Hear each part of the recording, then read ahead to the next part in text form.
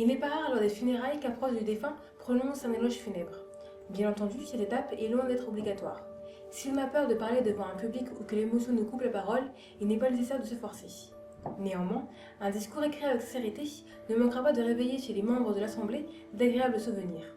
Dans ces conditions, il est sans doute un peu moins douloureux de faire ses adieux à une personne qu'on aime.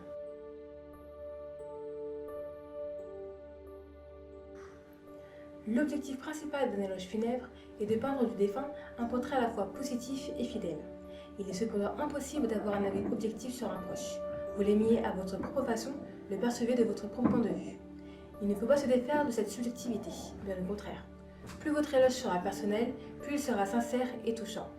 Au début de votre texte, il est donc conseillé de définir votre relation avec le défunt, de déterminer qui était vraiment pour vous. Tout ce que vous écrirez ensuite partira de cette impulsion.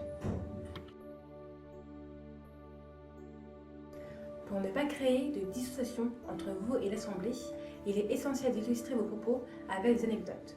Chacun pourra alors y reconnaître ce qu'il aimait le plus chez le défunt. Nul besoin de chercher les histoires les plus grandiloquentes ou de raconter les accomplissements les plus spectaculaires de celui que vous aimez. Parfois, ce sont les détails les plus insignifiants qui en révèlent le plus sur le tempérament d'une personne.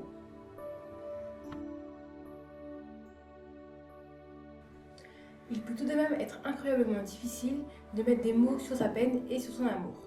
Si vous êtes dans ce cas, vous pouvez demander de l'aide au maître de cérémonie pour l'écriture et la lecture. Il est autrement tout à fait acceptable de sélectionner un beau texte que l'on n'a pas écrit et de le lire publiquement. L'important, c'est que le message et le lien avec le mort y soient clairs. Vous souhaitez en savoir plus sur les funérailles? Rendez-vous sur comitameobsèques.com.